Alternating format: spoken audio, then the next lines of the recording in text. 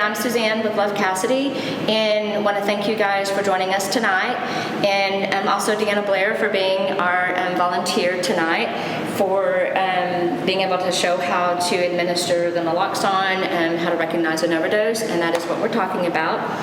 So in 2019, one of the latest data that we've got that 192 people die a day from all drug overdoses, and of that 130 are opioid related. So you can see we still have a problem here, and there's a lot of organizations, a lot of resources out there to help. If you need any, you can email us, you can contact us, you can get on our resource page or some websites that you can go to and get some information. And then also, I just wanted to let you guys know, a lot of people ask, is it legal to carry in the state of Texas? And it is. So this is typically what a Narcan box looks like.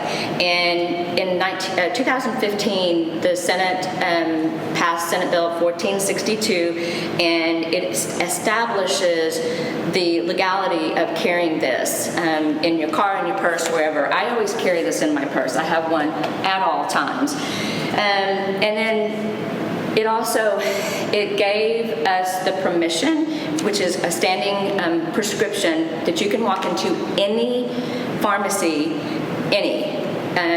and you can buy one of these. You can there's the injectable, and I'll show you all these here in just a few minutes. The nasal spray, which is the Narcan, the injectable, which is, they call it the naloxone, and then they have the Cadillac, which it actually talks to you. And do your due diligence. I know that some of the mom and pops are a little bit more expensive. Walgreens seems to be the least expensive. The Narcan typically is about $130 to $150 a box. There are 2 doses in this box, so that's a good thing. The syringe, this is typically about $50 to $75, and you also get, typically you get 2 doses with that, and then what they call the Cadillac, and you also get 2 doses of this. So hopefully we can hear this. This trainer contains no needle or drug. So what this one does is you pull it out. To inject, place black end against outer thigh, then press firmly and hold. 5, 4, 3, 2, 1. So you can. Injection complete. So you can either place this in the thigh. Oops, sorry. Okay, there we go. Or in the meaty flesh of the arm, or also in the bottom area where there's the meaty flesh. The Narcan, which is the nasal spray, it is just like a nasal spray, and you just put it inside the nostril. The person does not have to be breathing, and there's no test to this. You just put it in the nose and you squirt, and it gets into the system, to the bloodstream very quickly. And then the needle, there's 2 vials of this. Of course, you need to, you pop it off, and you put the needle into the gray soft area.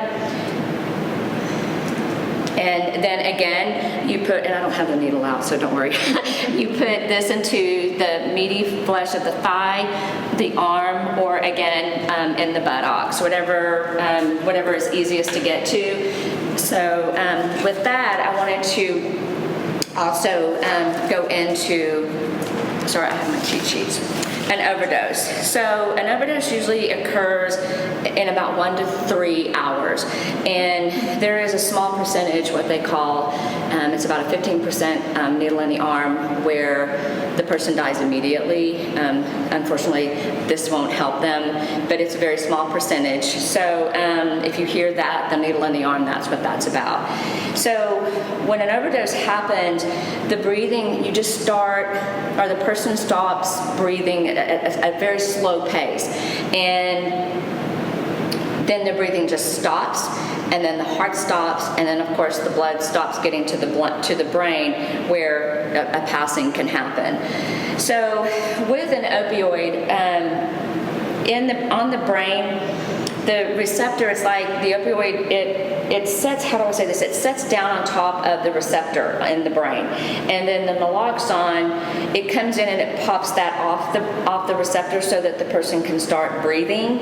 And that usually happens after you administer one of these. Within 2 to 3 minutes, I know that's a long time to keep going and waiting for someone to start breathing again. But if it doesn't, you want to hit them again with the second dose that you've got. So what you do is if you shake the person, you yell at them, Deanna, Deanna, and if they don't come alert to that, you want to be able to come in, and if it's in the winter and there's a lot of clothing, you can't get to the sternum, you can come in right underneath the nose, and you push really, really hard with your knuckles. And if you can get to the sternum, you want to come in and you want to rub on the sternum, and you do it really hard. Of course, I wouldn't do that here, but you do it really, really hard because it hurts. It hurts like the dickens if you have ever had it done to you. And so if that doesn't wake them up, their nails are blue, their lips are starting to turn purple, there's a very shallow breathing. There's also what is called the death gurgle, and unfortunately that means someone is they're not breathing, they're dying. And you obviously want to administer, get the breathing, rescue breathing going on. But they're not snoring. They are, it's the death gurgle. So you obviously want to do something very quickly.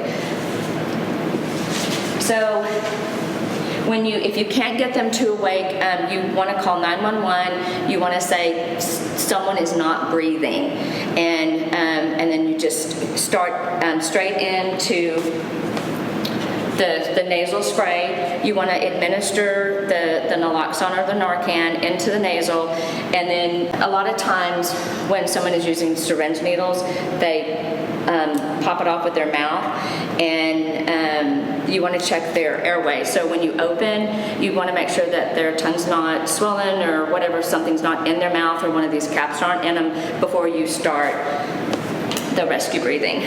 So you open their mouth and you do 2 really long breaths into their mouth, and then you want to start the compression like rescue breathing, and then you just go back and forth with continued rescue breathing. After about, like I said, 2 to 3 minutes, if they haven't come out of it, you want to go ahead and give them a second dose, and then go straight back to the rescue breathing with the breathing into the mouth, and then the heart. So with that, let's see. It's basically, if you have to leave the room, we're gonna scoot you over. You don't ever want to leave them on their back because they could choke. So you want to make sure that this person is in this position. Put this right here, so that if they do start to throw up, choke, or whatever, they're not going to choke and possibly die from that. So if you have to leave the room, if there's nobody else with you, always make sure that they're laying on their side. So that is it. I know you would think that it's a whole lot more, but it's not. I don't want to say it's simple, because when you're in the middle of it, it's not. You're panicked, you're scared, you are freaking out probably, because you want to make sure that this person gets what they need to survive and to come back to breathing.